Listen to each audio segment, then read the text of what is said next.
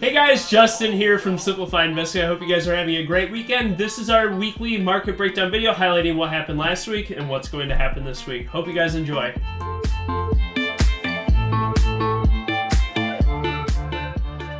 So getting things started, I'm going to start by breaking down the index that has been the strongest, and that is going to be QQQ, which follows the NASDAQ market.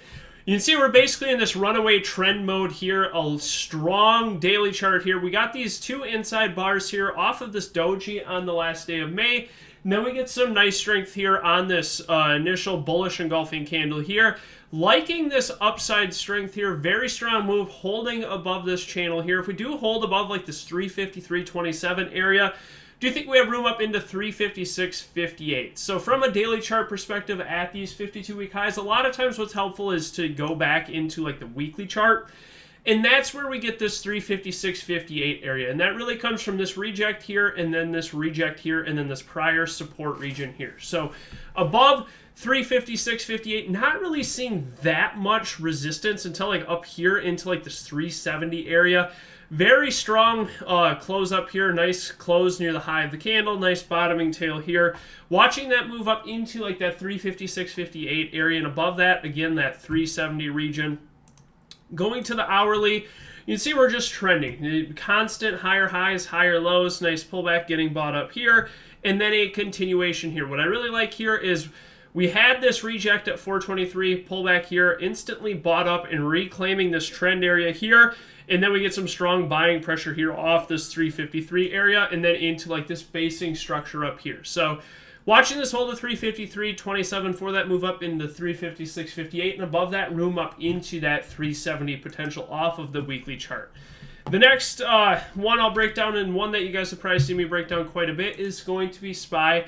And again, that's just tracking the S&P 500. This is definitely a lagger. So when you look at the movement of the NASDAQ, let's go to the NASDAQ, you can see runaway trend strength, clearly breaking the 52-week highs by a long shot.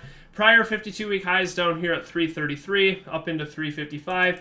Now you go to SPY, and here's what you see. A slightly less of a move. NASDAQ has been powered by all that tech strength, and it makes you wonder if the market's anticipating rate cuts, which historically rate cuts are good for high-growth companies. It reduces the expense of their debt. As the interest rate lowers, it's easier for them to grow as they can borrow more debt at a cheaper rate. Something to consider, tech has been very strong lately, which has not been a theme since early of 2021 into the middle part of 2021.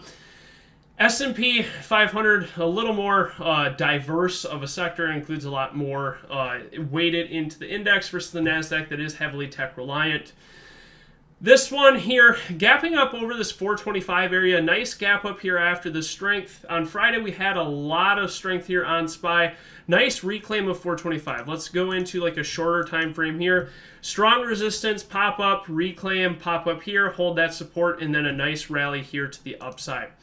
I do think over 425, the next area into 429.26, and then above that, an obvious area would be this 52-week high at 431.73.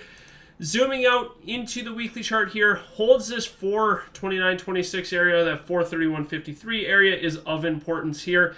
And really that comes from this 815 where you got this inverse hammer here and then basically a move from 429 all the way down here into like 348. So drastic move on SPY off of this area here, prior resistance region. You can see this 429.26 area really coming from this double reject here as well into prior support here.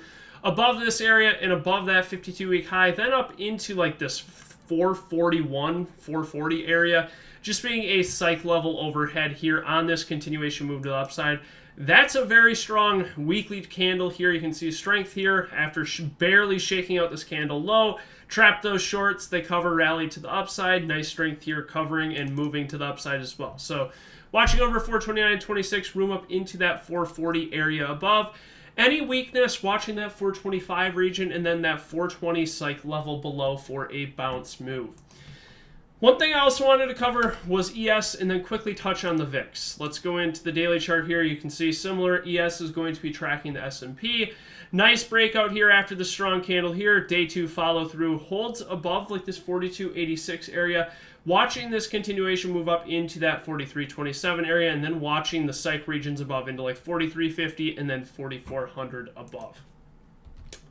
One thing I want to touch on is one thing that's important too is the VIX. The VIX is getting extremely oversold. I was really watching for this 15 bounce here on Friday, and it really didn't show any sign of strength at all.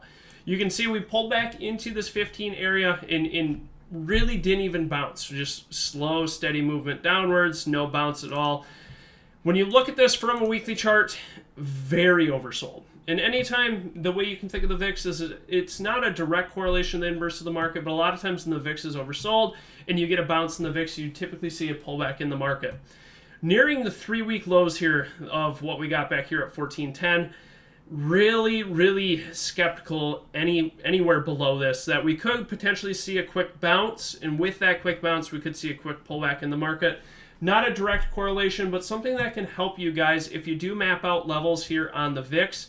It can help you guys understand where the market could bounce and understand more context to the market besides just watching the market technicals. So watching this 15 area, if we do reclaim, will be interesting to see how the market reacts, but getting very oversold here. It would not surprise me to see a bounce here on the VIX, just because we are testing this trend extreme, and it's not, or a channel extreme, excuse me. It's not something that obviously trends. You can see it sideways.